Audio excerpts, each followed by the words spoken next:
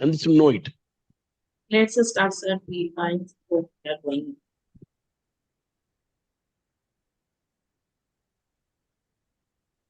Very good morning to everyone present here in this room. I welcome you all to Skilling on Saturdays.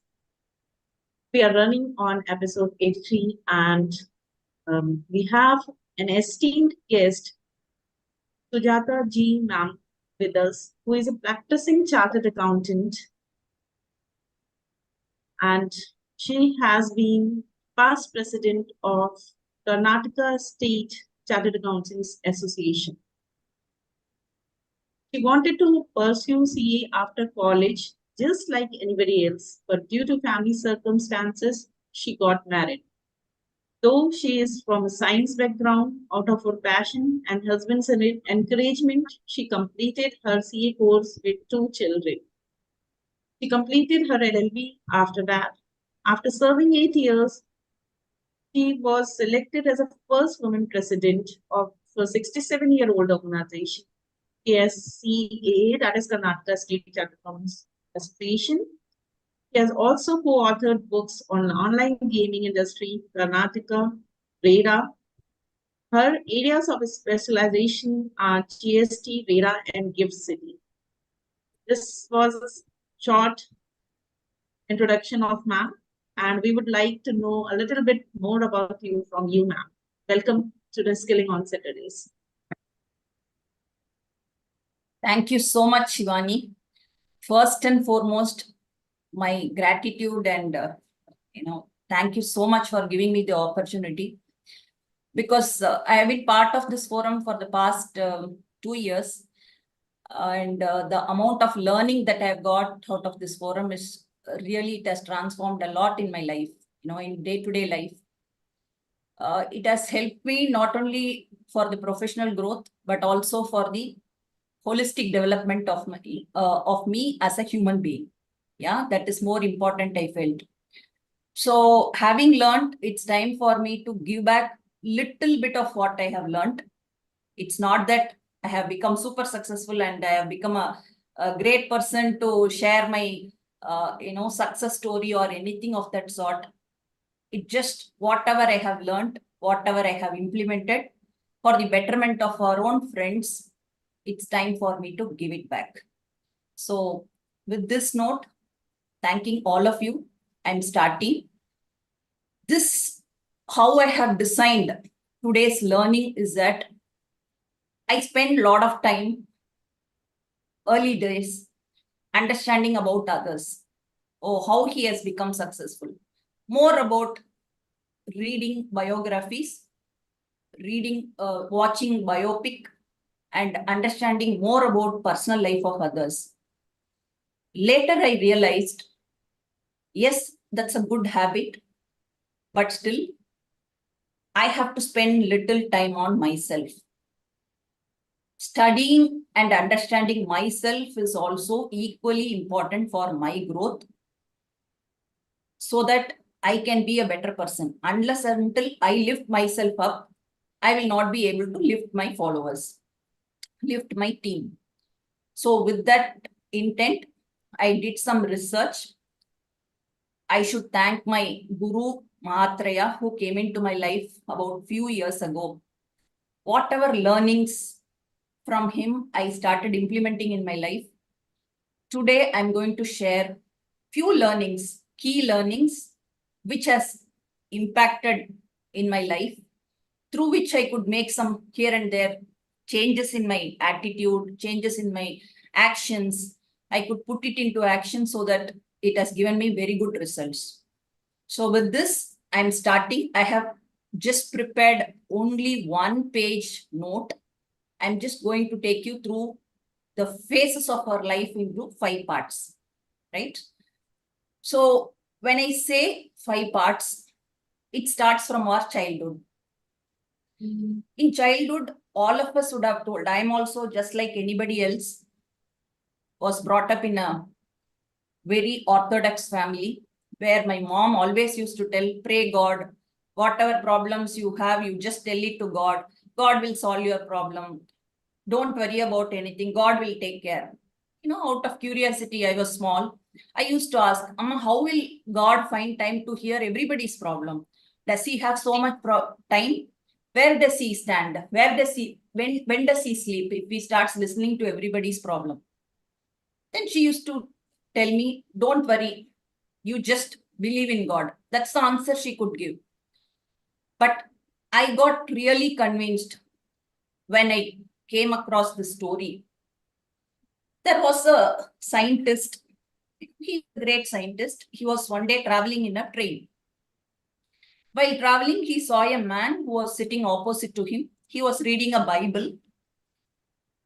He asked that man, old man, are in this modern world, why do you want to learn Bible? Because everything has a solution.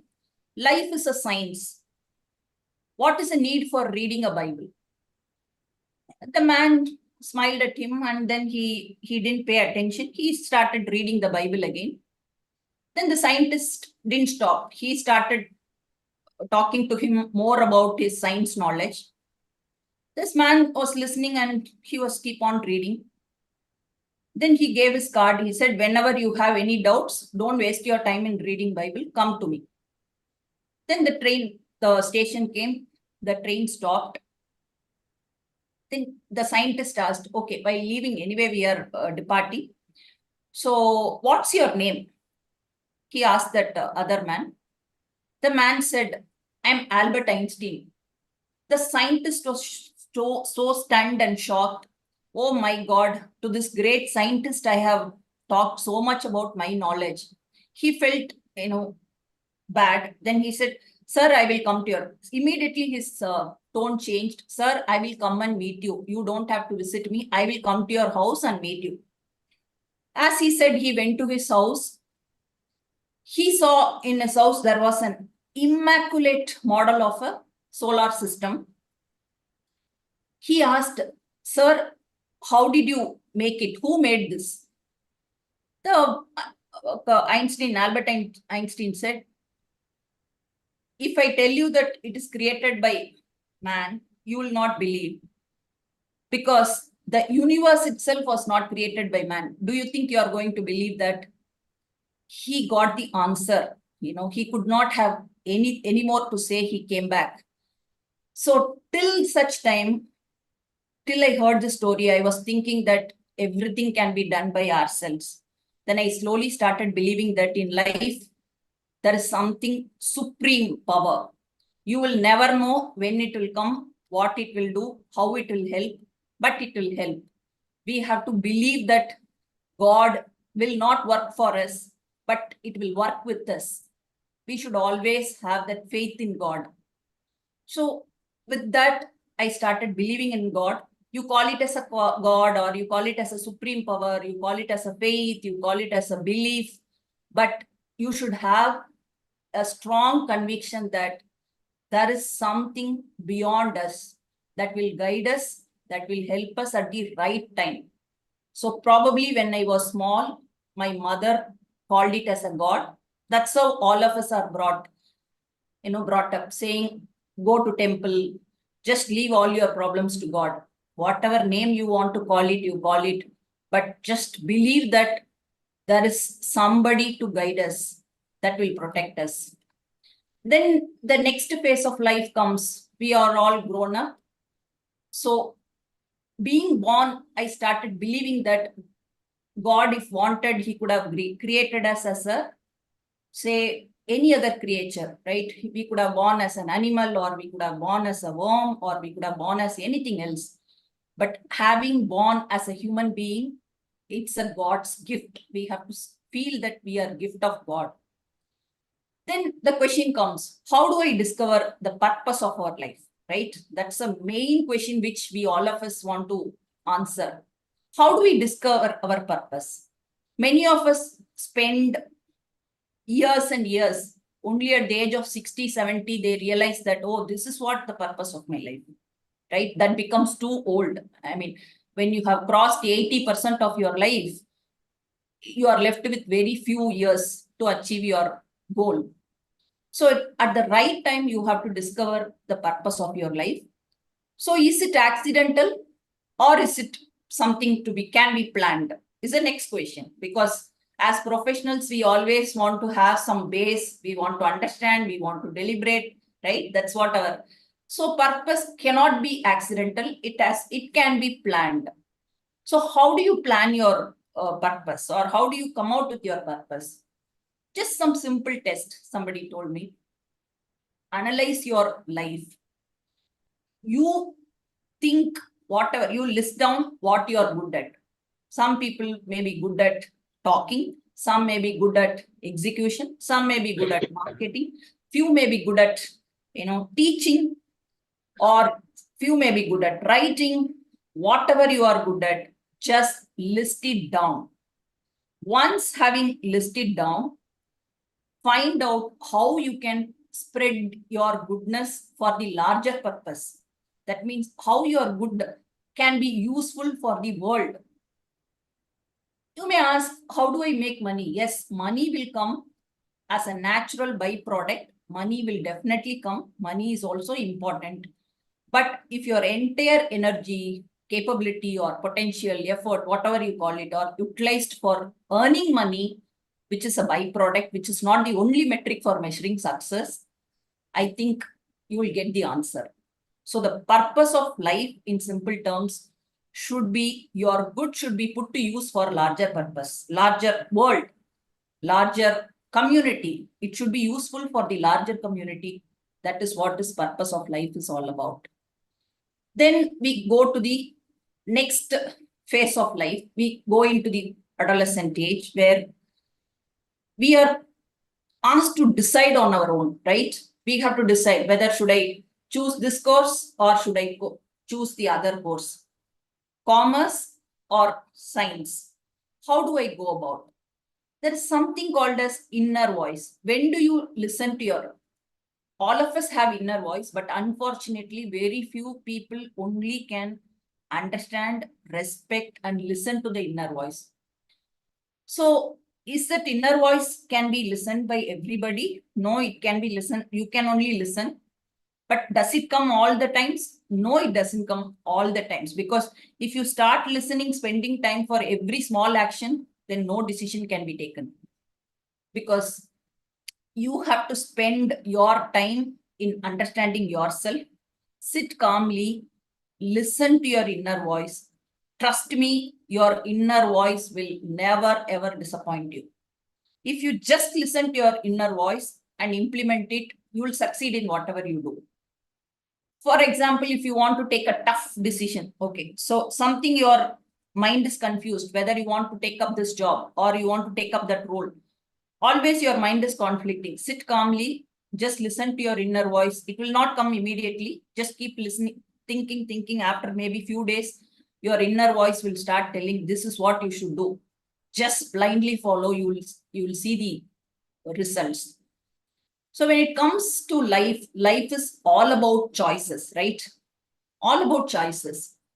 If you ask me, whether many people ask this question, ma'am, should I go for practice or should I go for employment? This is a common question among many of the chartered accountants, that too young chartered accountants. I tell them only one thing. See, you can't get everything in life. You have to understand that life is a trade-off. If you think that, life balance, people call it, right? You should have a balanced life. There is no, yes, there is a balanced life, but nothing comes without compromising on the other. If you want to get something, you have to lose something. It's left to you what you want to give up for what. It's all about trade-off. So in practice, if you want to be, it's like, I can give you with an example so that they understand it better. It's more like, you see lion, right? Lion is known for its freedom. Lion is known for its ruling. It's more like a king. So if you consider yourself as a king and super animal, if you are put into a cage, lion lives in zoo, you can see lion even in the forest. If you are inside a zoo, absolutely no problem for you. You are given a red carpet, you are given food, you are fed with excellent food. You don't have to go and hunt for your food. whether you want that kind of lifestyle or you want to be in a jungle where every day you have to fight for your food. It purely depends on the inner call, inner voice that says nothing right or wrong in life. Life is all about choices. So if you ask me, how do I find out that whether I have the leadership quality in me or not? I just tell them because they're all young, so they will be able to relate with the cricket. That's the world famous. I mean, India's very favorite game, sports. So people can relate if we tell with the very interesting characters. So I used to tell them, how many of you know Sachin Tendulkar? We all of us know, right? He's like, I can call him as a god of cricket, right? We also know MS Dhoni. Both are absolutely great. Is there any dual thought or any diverse opinion on that? You cannot say that one is lower than the other or one is better than the other. Both are too good, extremely good, excellent, talented players. But one thing which you have to understand, when Sachin Tendulkar was given the role of a captain as a leader, he miserably failed. He even lost his performance, right? Whatever he used to perform, also he could not deliver.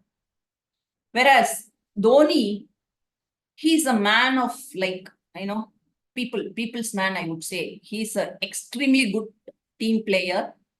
He comes and hits only the last 2 balls where there was a real need. He comes at the end of the last 2 balls. He will come and score where there was a 10 was the score required. He will come, hit 6, hit 4, make India win and come out. And he used to be very calm, right? So these are the 2 roles. You have to find out what you are good at. If you think that this is what is going to be my role, I'm a team player where I can handle crisis. During crisis, I can deliver my best. Then please go as a leader. If you feel that I don't have such qualities, there is nothing wrong. Like you have to be a leader, you even follower, you can be a good contributor. So that's also very much important. So life is all about choices. Whether you want to go for practice or you want to go for employment or you want to be a leader or you want to be a team player, life is all about choices. There is nothing wrong or nothing. There's nothing like this is good, that's bad. Whatever decisions you take in life, decision is also, there's nothing like good decision, bad decision, because many of us feel, right, once after taking a decision, oh my God, I could have taken this decision, I could have taken that way. Don't bother. There is nothing called right decision, wrong decision, because as human beings, we are also evolving. My today's maturity will be much better than how it was about few years ago. So in today's context, I'm taking the decision as per my today's maturity. So every day when we evolve, when we look back, we always feel that we were slightly lagging in our maturity level about few years ago. So at that point of time, that decision was correct. But today, if you revisit, it may not be good. So in life, when you having taken a decision, never go back. Just stick on to your decision. Believe that whatever decision you have taken is correct and work forward. Only way to make your decision correct, assuming you have felt, it's not that all decision may go correct. Having taken a decision, just stick on to it, work towards making it right, right? Work towards making it right. It may be a bad decision, but you wanted some results, just work around it. Assume if you are not able to, achieve your results through that decision, take a U-turn, then go back. But do not question your decision. The minute you start questioning your decision, you will never attain peace. So these are the small things which, while making a decision, we have to take care of. Sometimes what happens, there are too many decisions, like, this is good, that is good. You feel that all decisions are good. So when you have a small decision to make, for example, that it can be small decision, it can be a big decision. If you feel that there are certain small decisions, right? even at our office, for practically when we say, there could be some small things. Okay, tomorrow should we work or not? Or should we take up this work? Or should we attend to this client? Small decisions. Just delegate. Don't think that you have to, as a boss or as a leader or as a, whatever role you are playing, as a father or as a mother, don't think that you should take all decisions. Just delegate all small decisions so that people will also respect and they will also feel the inclusivity, and you can reserve the bigger decision to yourself. When the time comes to take some bigger decisions, you can do it. Take it to your advantage. That's what I'm trying to say. So don't work on, or don't give too much of importance to your small decisions. Work on bigger decisions. So that is about the second part of our life. So when it comes to professional career, we are in the third phase of our life. When it comes to professional career, I wouldn't say that it's going to be risk-free, right? We always come across risk. Risk is inherent part of any business. Nowadays, if you see as chartered accountants, we all feel that, oh, a test function is a risk. Don't go for it. You think sitting at home, there's no risk. Somebody sitting at home, 60-year-old lady, she's at home. You think she's not free from risk? Yes, of course. Even she goes to the bathroom and she falls. She does nothing. She did nothing. But still, there is a possibility of, breaking her head, breaking her hand. So these are all, in any action, we have to understand that risk is inherent. So our intelligence should be used on how to mitigate the risk, how to think ahead. If that risk comes, how do I encounter? That is what life is all about. We think that, oh, if I'm in practice, I may get into this kind of risk. Yes, practically, even I also had certain risk in my life, understanding the client, understanding, right from dealing with the client. You think in business, it's not there. In business, if you look at it, many of you might be working in a corporate.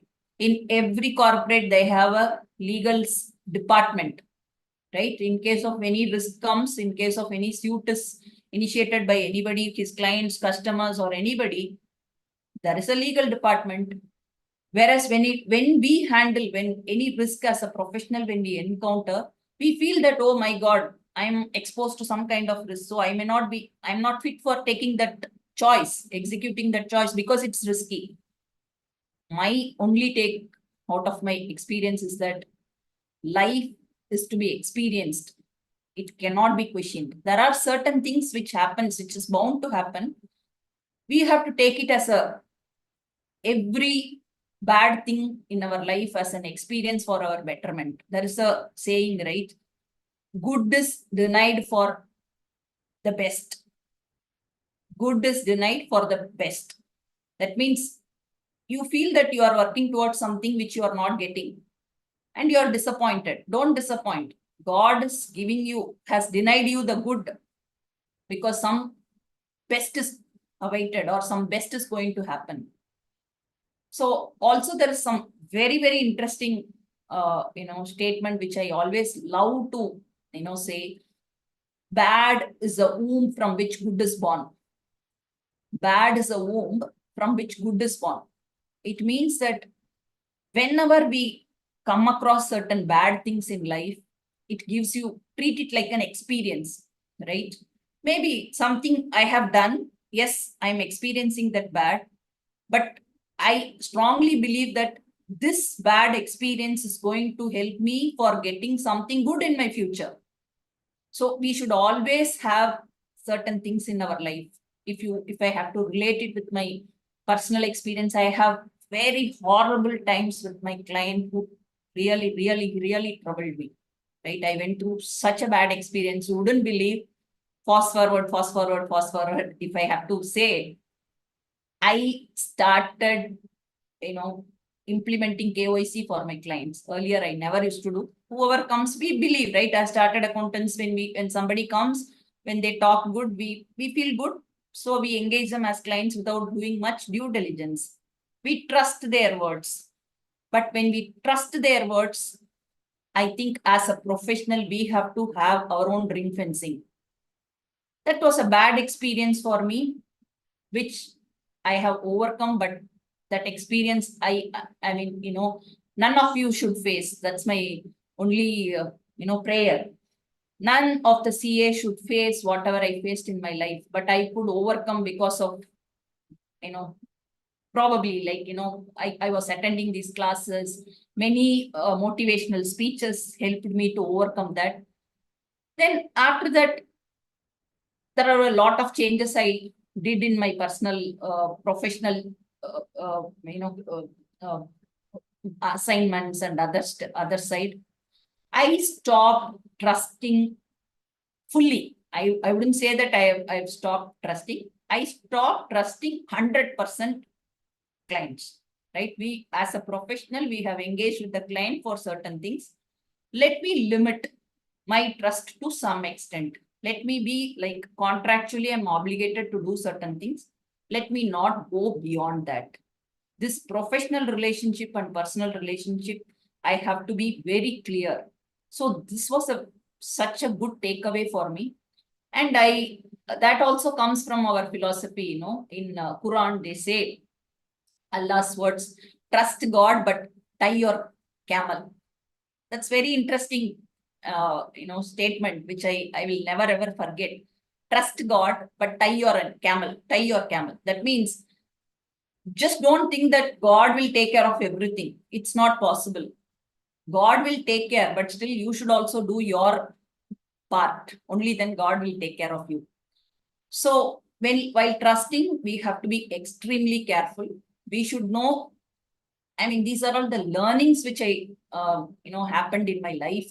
That's the reason why I'm sharing and relating with my personal experience, and also just connecting with the stories so that we are able to understand it in a much, much better way. Life is always like a game, right? There are certain things we cannot question. There's no answer to it. Why it has happened to me? No question, no answer to it. Nobody can give an answer. See, when things are happening good, nobody questions, right? If I'm given some Bharat Ratna award, am I asking, oh, why am I chosen? Why am I chosen? No, nobody questions. Whereas something wrong happens, only then, as it's a psychology, right? Human nature. We question, oh God, why this bad for me? When something good happens, we take him for granted. Oh, it's all for my efforts. This is very common across everybody. So how do we overcome that kind of situation whenever we are going through very, very bad situation in life? God is very fair. Let me tell you, God is very, very fair. He has not created a single human being without any problems, without any trouble, or without any bad experience. He's very, very fair. Maybe some people are born rich, but rich and money is not a metric for measuring anything. God has created human beings with absolute fairness. So when I say life is a game, there are certain games in life, but created in such a way that, say, for example, tennis. What are the points in tennis? We all know 15, 30, 40, right? Why can't it be 50, 15, 30, and 60, right? Ideally, it should be like that way, right? Once 50, 15, 30, and 45, or it should be 15, 30, and 60. It's not so. It's only 15, 30, 40. Why? Don't ask me. That's how the game is. This is tennis. When I say cricket is also very interesting. Every game has got its own uniqueness. No question should be asked. We always measure the weight of the ball, right? That's how it is. Whereas bat weight, anybody weighs. Players can bring in their own, bat, depending on their height, weight, or whatever it may be. That's how it is. And when it comes to boundaries, if you play in a Chinnaswamy Stadium in Chennai, there is a boundary. If you play in gully cricket, there is a boundary. No questions. Depending on the surface, depending on the area they play, the boundary also changes. That's how the cricket is. No questions asked. And when it comes to chess is also who's more powerful? Queen is more powerful. We may ask, everywhere king is more powerful. Why queen? No questions asked. So this is how the life is a game. You are given certain scenarios, you are given certain circumstances. Either you play the game. We have to focus on how to play the game. If you are chosen tennis, this is what the rule of the game is. Understand the game, play the game, excel the game, try to win the game. Don't question why the rules of the game is like that, why it cannot be. There is no point. Nobody is interested in questioning the game. Either you play the game or exit the game. Be a spectator. Watch the game, have fun, come out. Nobody is forcing you to play the game and question, right? Nobody is interested. So life is like that. Whenever we take up certain roles in different organizations or we move to different, say for example, we are today skilling on Saturday. I cannot question why Shivani is organizing it at 7 o'clock in the morning. Why can't it be 8 o'clock? It's a Saturday. No, this is how it is. Either you want to attend on Saturday for your improvement, for your self-development, you attend on 7 o'clock, 7 o'clock in the morning. So everything has got certain principles and rules. Either you stick on to it or you be a spectator, enjoy the game and come out. So this is how our life is also designed. Whenever we come across a situation, we have to say that change the changeable. This is also something very, very, catchy and it has imbibed into my mind, like change the changeable, accept the unchangeable, accept the changeable, or remove yourself from the unchangeable. If I have to tell you with an example, say I was going in a cab, right?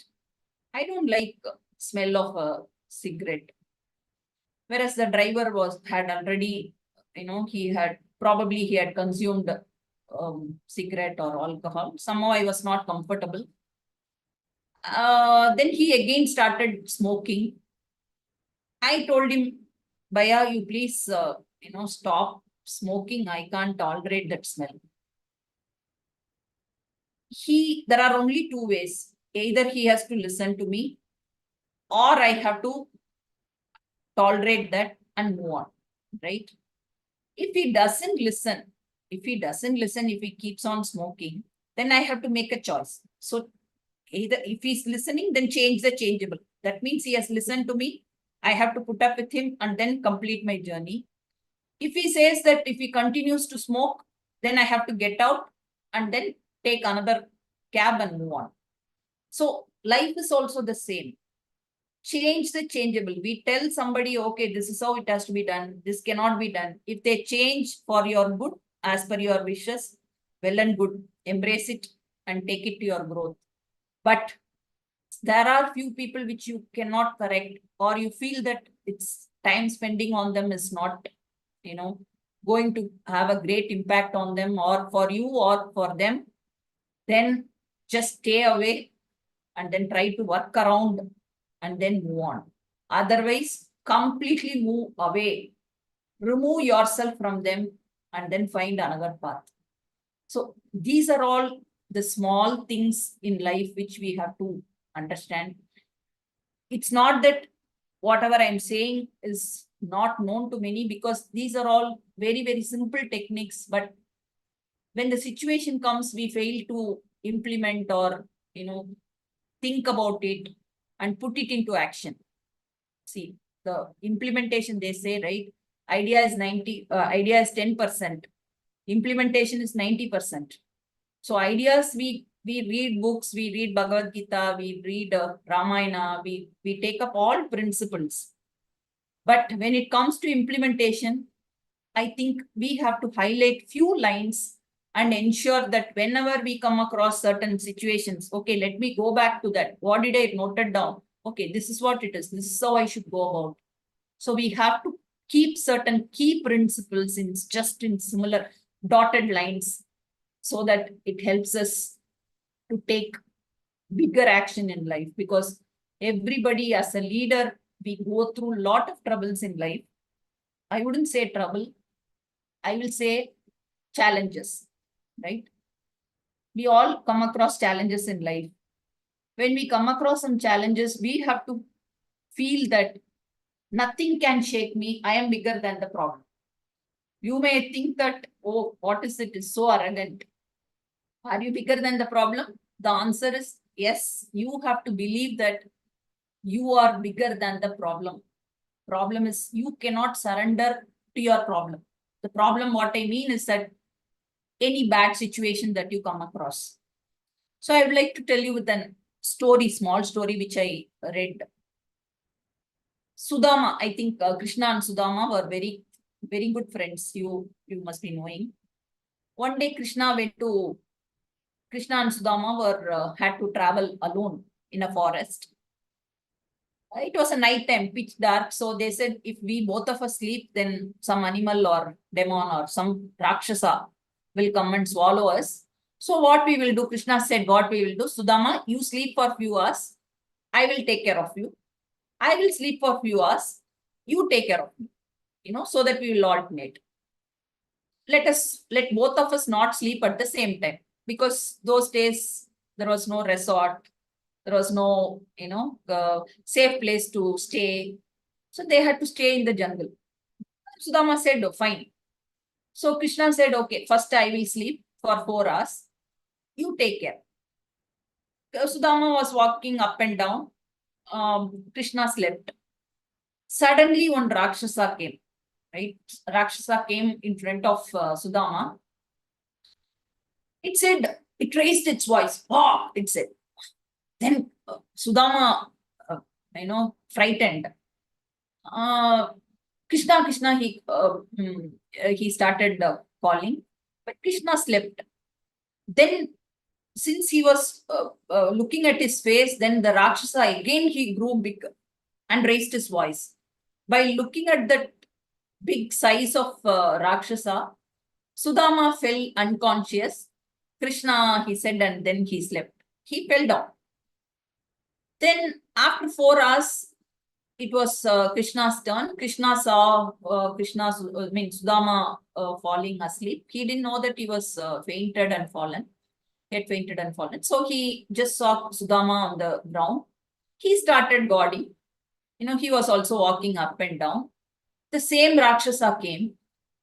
Rakshasa said, same way he raised the voice. You know what Krishna did?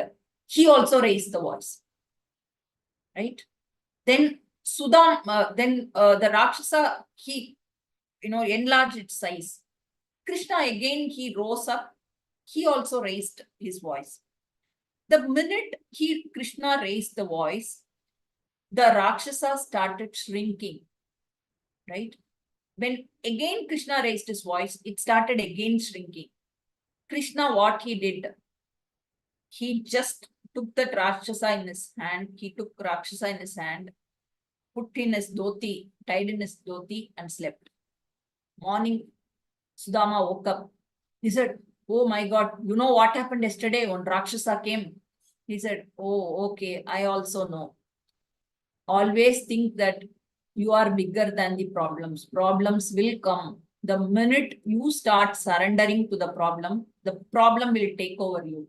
So always take control of the problem. Always think that the problem is smaller than me. This will help you for your life. So this was, very interesting story, which whenever we feel some problem comes, we feel that it's only for us. And we try to surrender. We think that, okay, this problem is not solvable, so let me just surrender to the problem. Every problem has a solution in life. We have to just keep the problem aside and then move on. This is as a leadership lesson we learn. When it comes to learning, if I have to say, as a leader, learning for that matter, whether you are a leader or a student, I think we have to have the quality of a student in every day. I think we have to remain as students forever, right? Irrespective of your age, irrespective of your wisdom, irrespective of your knowledge, irrespective of whatever level you are in, we have to preserve that quality of a student within us. Otherwise, I don't think we can reach anywhere. This also I would like to relate with a very interesting story. There was a boy who was, going for a chess class, right? So he was put into very tough, levels, right? In chess always happens in multiple levels. You have to be have this FEDA ranking, that ranking, then only you can go. So mix and match. That's how it happens. So he wanted to learn chess. So he went and joined the class. He couldn't pass, he couldn't go up to the next level. Again, he went, second day he went, third day he went. Every day he used to try hard. Almost 30, 40 days over. Then he thought, oh my God, I'm not able to win. Every day I'm trying, but I'm not winning. What is this happening? This is my last try. He tried. To your surprise, you wouldn't believe. He won on the 45th day. Right? 44 days he couldn't. Then 45th day he could win his master. He felt so happy. When we pass our CA exam, how happy we feel, right? Oh my God, after second attempt, I have cleared. So what happens after 45th day? He started feeling that, oh, I have reached a level of my guru, of my master, of my trainer. So that victory, that kind of success, went into his brain. So what he did, he stopped learning. He used to go there, win, come out, win, come out. You think, then he just came out, and when he peacefully he sat and analyzed, what did I do? What am I doing now? Am I learning anything? Then he realized that his learning had stopped the minute he won his master, his guru, right? So the same is true for all of us. The minute we stop learning, the minute we win some level, our learning stops. Actually, failure is the good thing to undergo, because we always continuously learn. The learn, relearn. It's a journey. If you think that, okay, success, I have achieved something, so no longer I have to learn, that is the beginning of your true failure. So never ever stop learning. So what do? I have already won this. So what should I do? That is where our Buddha's principle comes. What is that? Buddham charanam gacchami, Sangam charanam gacchami, Dhammam charanam gacchami. That means always surround yourself with people above you, right? So if you feel that you are in some level, you have achieved that level, just go to the next level. Then you will have that learning. Once you have reached that level, just surround yourself with next level of people, so that you will also grow. I'm not saying that you have to cut down all these people. If you really want to grow, always create layers of people, so that you will always try to do something for your growth. It's a process. I'm not saying that it's an end. There is always is there anybody like the best expert or expert in the world in any field for that matter?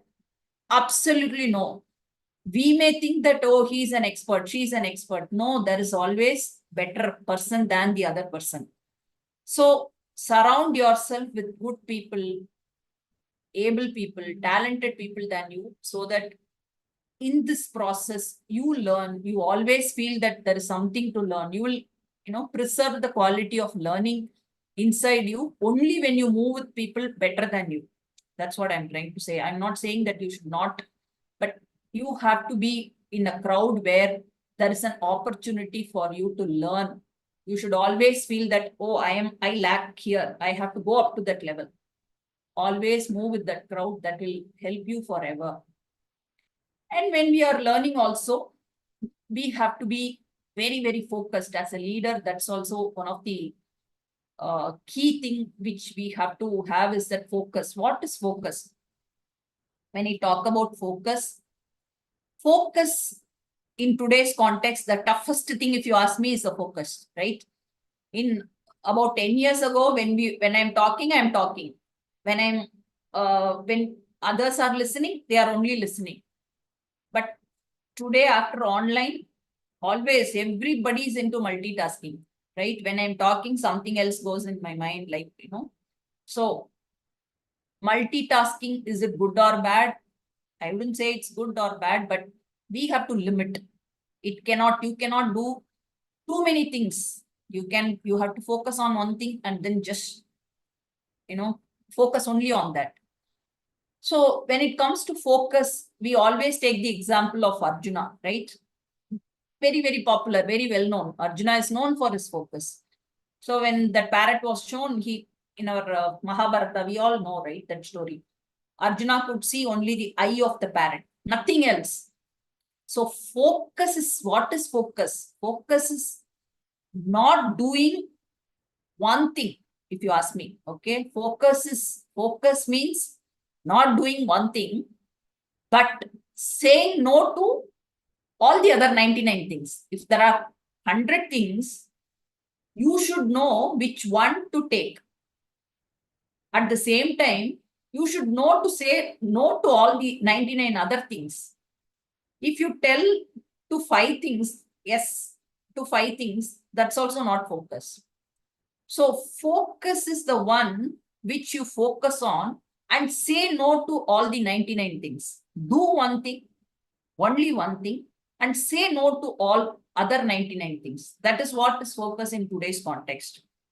So we always, listen, oh, Valmiki did, when he did penance. We have heard all those things, like, when he was doing penance, there was an anthill. This is a very old story. Valmiki did, there was a anthill around him. So in today's context, whether is it possible to do such kind of penance?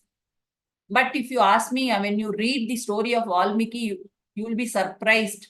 He was just like us. He was a normal human. He led a normal life, right? But still, when one work comes, it seems he used to focus. He will keep his attention in one place, it seems. He never used to think about anything else. So that's the reason why in story we read, like, there was an anthill around him. It's not anthill.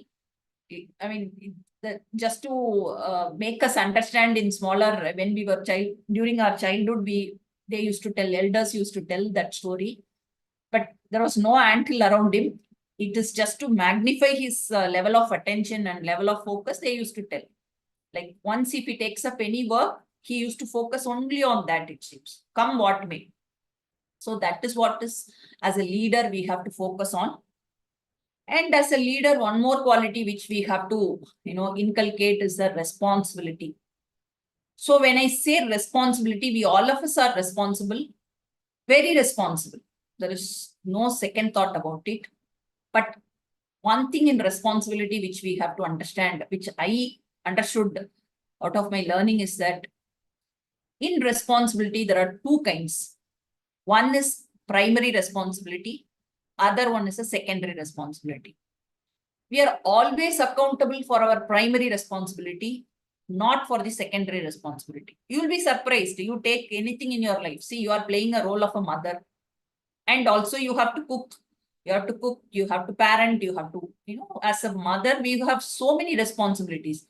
Any task you take, just understand for that moment, what is my primary role in this, primary responsibility in this, what is my secondary responsibility in this. The reason why we have to analyze is that nobody will question you if you don't do your secondary responsibility. Nobody. But if you fail in your primary responsibility, you will be questioned. You will be called as a, utter flop hero, right? So as a hero in a movie, if you have to, do certain actions, you have to focus on that. Without focusing, your secondary responsibility is dancing, secondary responsibility is singing. As a hero, you can do multi things, right? You can sing, you can dance, you can cry, you can do whatever you want to. But as an actor, what you should be good at is action. Action in the sense, play the role of that hero. If you don't play that role properly, you will be a miserable failure. But if you, without playing that, if you focus on your secondary responsibility, say singing, nobody wants, you may be a good singer. If you do both well, nobody will question. You will be appreciated. You will be called as a multi-talented person. But if you fail in your primary responsibility, you will be thrown out. So always we should keep in mind, what is my primary responsibility? What is my secondary responsibility? Secondary responsibility, if you focus too much, leaving your primary responsibility, nobody will appreciate about your secondary responsibility because that was not asked to do. So we have to be extremely careful as a leader when we take up responsibilities or as whatever role we play, because now as professionals, there's nothing called leadership as a separate role. All of us are leaders. Entrepreneurship, leadership is all integrated now as a professional. You have to be a leader. It doesn't matter the size. Like you may be handling team size of 5, team size of 10, team size of 100, 200, 2000, doesn't matter. At that level, people look up to you. So when you are assuming the role of a leader or as a key member, key top heading an organization, heading that task, you should always remember what is my primary responsibility, what is my secondary responsibility. And we have to always focus on, I will be the best in what I do. Whatever I do, whatever may be the role. You can be a plumber, you can be an electrician, or you can be a carpenter, or you can be an accountant or chartered accountant, tax consultant, doctor, whatever may be the role. Irrespective of the role, if I take up any role, I will be the best in what I do. If I'm a sweeper also, I will be called as the best sweeper in the world. I will do the best in what is given to me. That should be our focus, right? So I think these are the things which I thought I should share it with you. We have come to the last, portion of our phase of our life, I would call. It's like Gandhiji's principle, which we always admire Gandhiji for his what? For his truth, for his karma, for his non-doing, his polite way of protesting, right? That is a big thing. We always vocal about our protest, but what Gandhiji could achieve without any war, right? That's a very important thing, take away from Gandhiji's principles. So we have to say, even in my thought, I will not think anything against. I will not take sides on anybody. I will, if I'm good at something, I will just say, this is what is the right thing.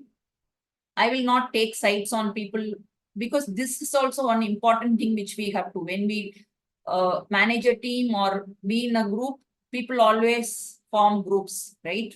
Take sides. As a person, we need to have some principles, because ultimately people look up to us for our character. These positions are all very temporary. Today, if you ask me who was the president about 20 years ago, nobody remembers. But if you have a strong character, strong principles, people will always remember. So you should always sharpen, we should always sharpen our character. That comes from within and also from the people around us, what kind of learning we take, what kind of godfather we have, what are the learnings that go into our mind, So that determines our shapes of our character.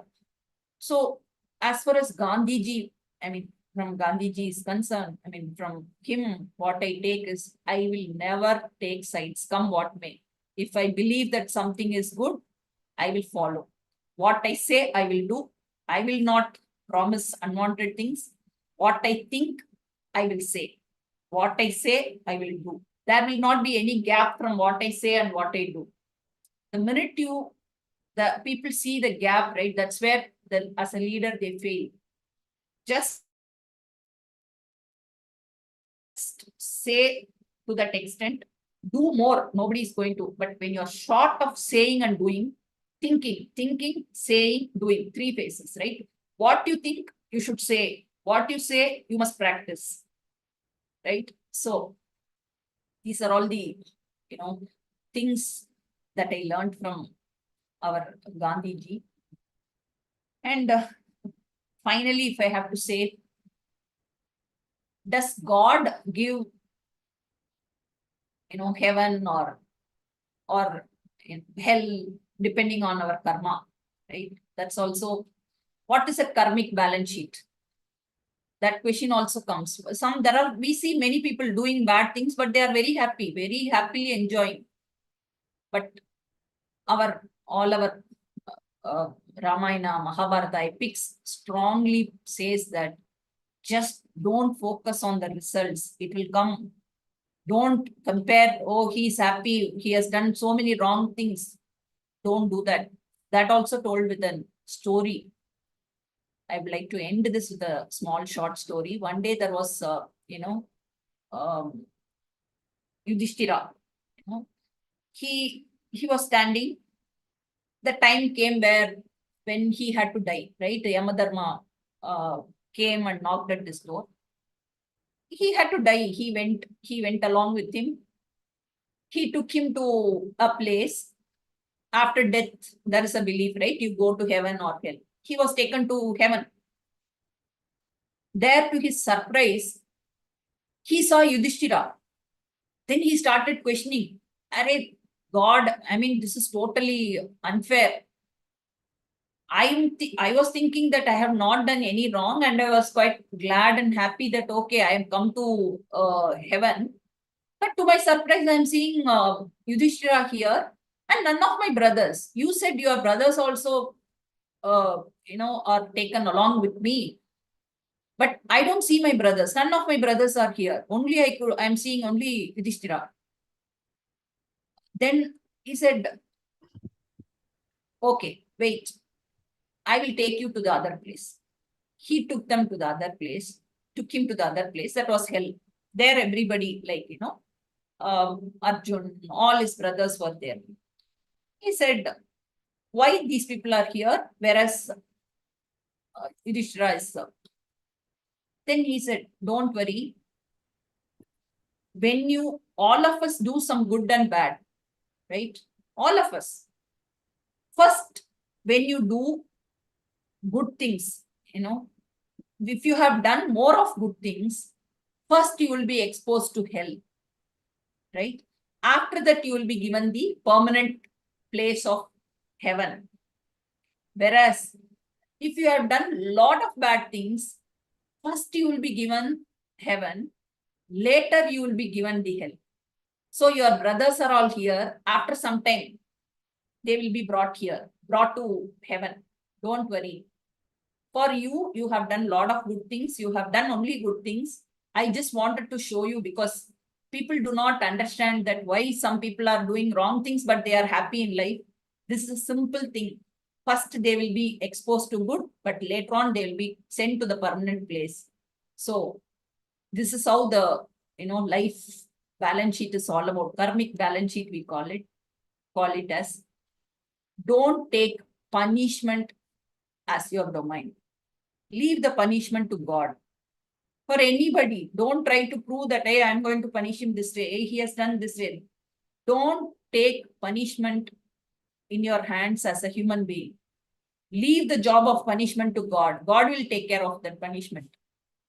If you want to be really happy, don't take punishment to your hand, so that you will buy peace. You will be happy forever. So thank you so much for listening to my, understandings or whatever I learned over a period of some time, Yeah. So Thank you so much, Sujatha thank ma'am. It was you. wonderful listening to you. So many metaphors you used wonderfully to explain the concepts of life. And the floor is open for questions from the audience. Anyone has any question can put it. You can unmute yourself and speak. We have some comments. Let me read. Let Pinaki me ji. take. Pinaki ji is saying so nice use of metaphors to connect with every aspect of life and leadership. And difference between a leader and a manager is that leader is decisive and manager wavers even if he is empowered to take decisions. Mohanji says. There is a small, I mean, it's my thought, leader and manager. See, if you're a leader, you have to lead by example. Second, you have to take the people along. You cannot be a boss, right? There is a difference between boss and a leader. Boss dictates, this is what I am, this is how you should do. Manager also dictates. He doesn't give too much of importance to the team members. But if you are a good leader, if you want to emerge from a manager to next level to a leader, just give ears to your juniors. Life is not all about only work command. That's something beyond, right? We are all human beings. Sometimes other person should also be heard. That's the difference between a leader and a manager. Tapaswini is saying, I can hear you throughout the day. Thank you so much for such an amazing, metaphorical, meaningful session. Thank you, Sujatha ma'am. Yeah, it's not Yudhishthira, it's Duryodhana. He saw his brother Duryodhana. I think Yudhishthira, I said. You can raise your hand or unmute yourself. If you have to say something or have any question. Dr. Renu is saying, amazing, ma'am. Stories nail the topic dealt. Wonderful stories and metaphors you use. Yes, Pinaki ji, please go ahead. Sujatha Ji, are you a storyteller from your childhood? I am not a storyteller, sir. I stopped my storytelling when my son was 3-4 years. About 20 years ago, I stopped storytelling. And then when you restarted? See, I used to read a lot of stories. So the way you presented the whole session was simply awesome and amazing. You know, like when I'm also a life coach, I offer trainings and I offer a lot of workshops. But I learned a new way of doing it today. Yeah. Though I could join only for last 20-25 minutes. But it was simply amazing. You just touched me in every possible way to present myself in a different way altogether. Thank you. Thank you so much. It's a deep gratitude from my side. Thank you. Thank you so much. Love Tamraji is saying it was more of a spiritual talk about righteousness, about focus, about firm belief in God. Wonderful takeaways. Thank you everyone for joining in today. And as I cannot see any questions coming up, so let's wrap up the session. And thank you to each one of you for being here early morning on Saturday. And Sujatha ma'am for all the discourse you have given. That's amazing and wonderful. Thank you so much. Thank you so much. Thank you for Thank you everyone.